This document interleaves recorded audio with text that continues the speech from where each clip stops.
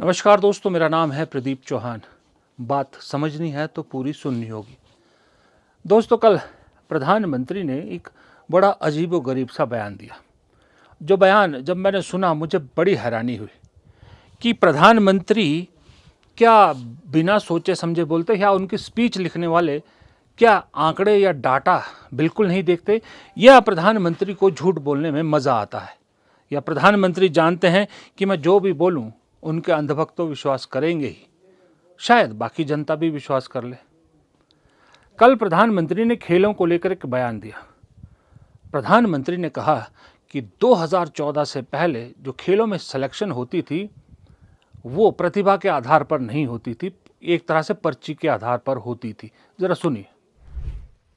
साथियों, आज खेलों में अवसर सीमित नहीं, असीमित अवसर है।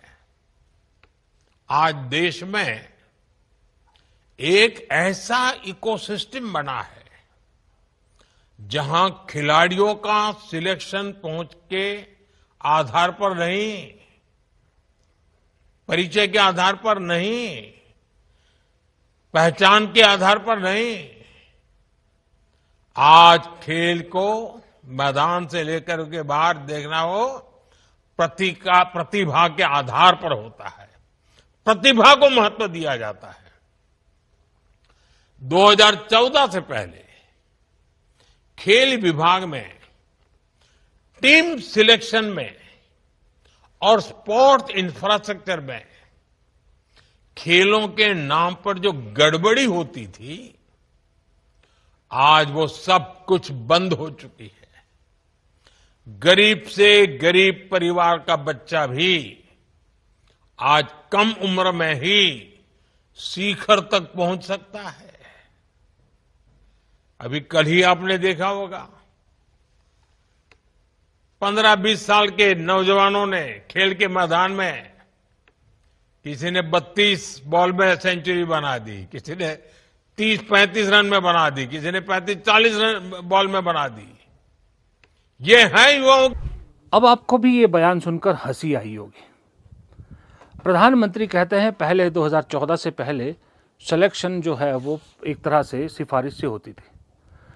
प्रधानमंत्री जी, जरा आप 2014 से पहले कॉमनवेल्थ गेम्स, एशियन गेम्स और ओलंपिक्स, यहाँ पर भारतीय खिलाड़ियों की परफॉर्मेंस का चार्ट निकालिए। फिर 2014 के बाद हमारे खिलाड़ियों की इन इवेंट्स में परफॉर्मेंस की चार्ट निकालिए। अगर सिफारिशी थे तो 2014 से पहले का रिकॉर्ड 2014 के बाद से अच्छा कैसा? पिछली ओलंपिक्स में तो इतनी शर्मिंदगी एक तरह से हुई थी भारत को कि अब तक पिछले 20 सालों में शायद सबसे कम मेडल आए थे। चलिए उससे भी आगे बढ़ते हैं।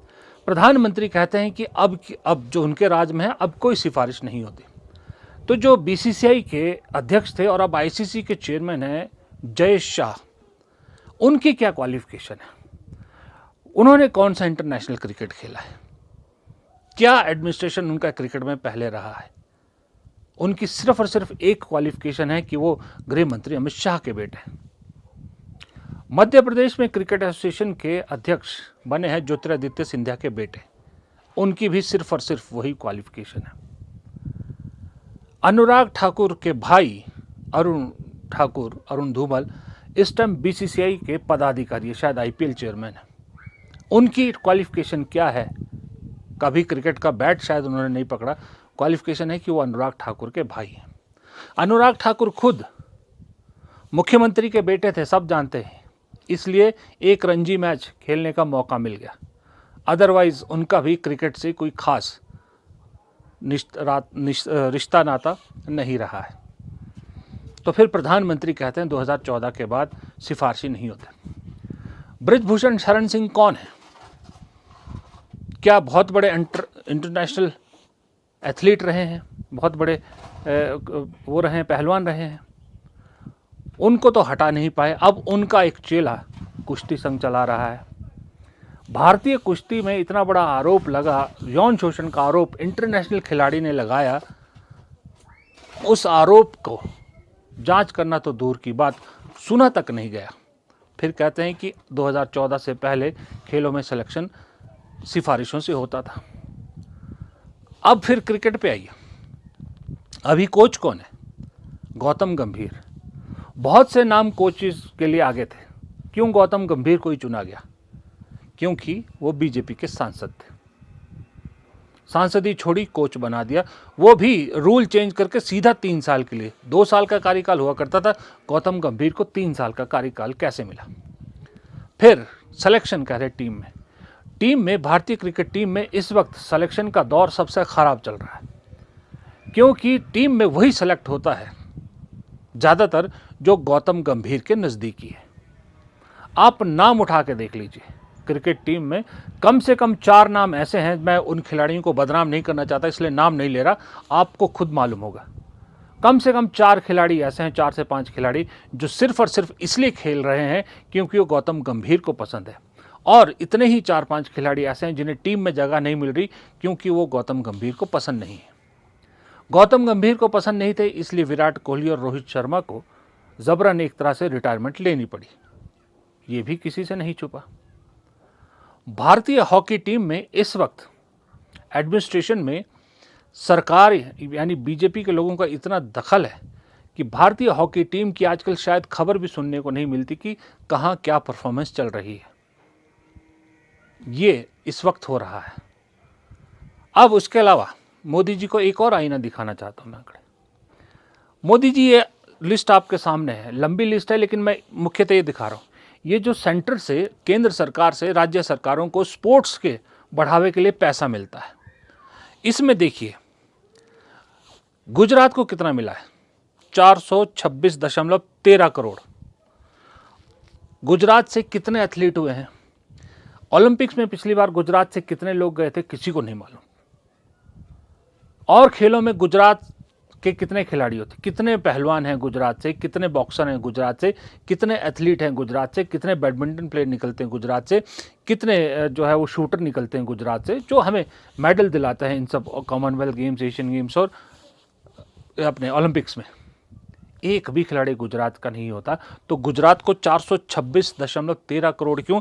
जबकि जो स्पोर्ट्स नर्सरी है, जो इस देश को सबसे ज़्यादा मेडल दिलाता है, उस प्रदेश का नाम है हरियाणा, और उसे कितना मिलता है? 66.59 करोड़, यानी तकरीबन 67 करोड़। 67 करोड़ हरियाणा को, स्पोर्ट्स नर्सरी को, और गुजरात को 427 करोड़ के आसपास। जबकि बिहार को 20.5 करोड़ भी नहीं मिला।